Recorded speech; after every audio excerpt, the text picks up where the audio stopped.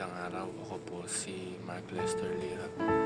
Ito po ang aking daily devotion ng The Trinity and Fellowship na tinalaki po ni Pastor Russell Ocampo sa 365 Daily Devotion. Ihanda po natin ang puso at sarili natin at makinig po tayo sa ating devotion ngayong araw. Bible verse po ngayong araw galing sa 1 John chapter 1 verse 3. Ang sabi po dito ay, We proclaim to you what we have seen and heard, so that you also may have fellowship with us.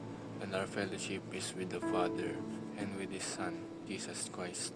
Ang sabi po sa Bible verse is, pinoproclaim po natin na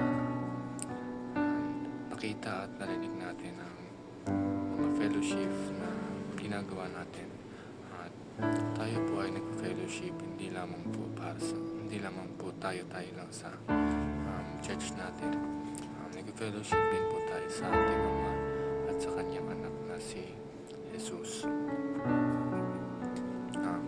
First teaching ngayong araw is the Trinity is perfect unity and love.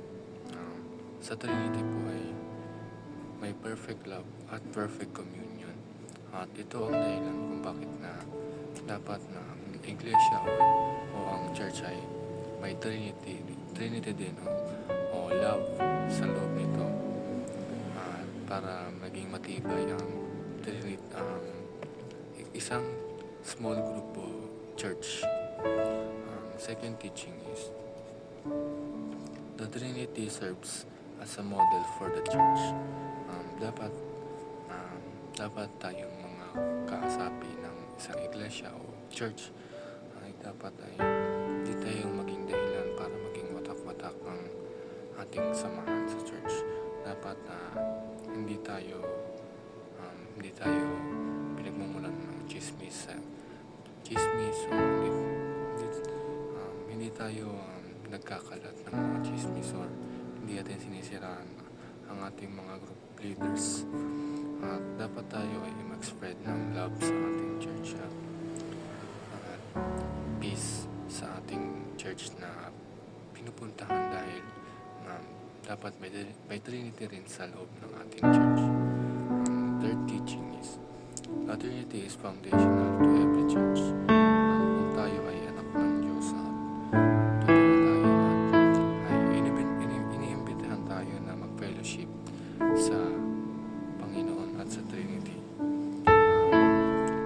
Tayo kasi mga anak niya, mga anak ng Diyos ay nalayo sa Panginoon na ngayon iniimbitahan tayo na bumalik sa Panginoon at pagpagunayan ulit sa Kanya.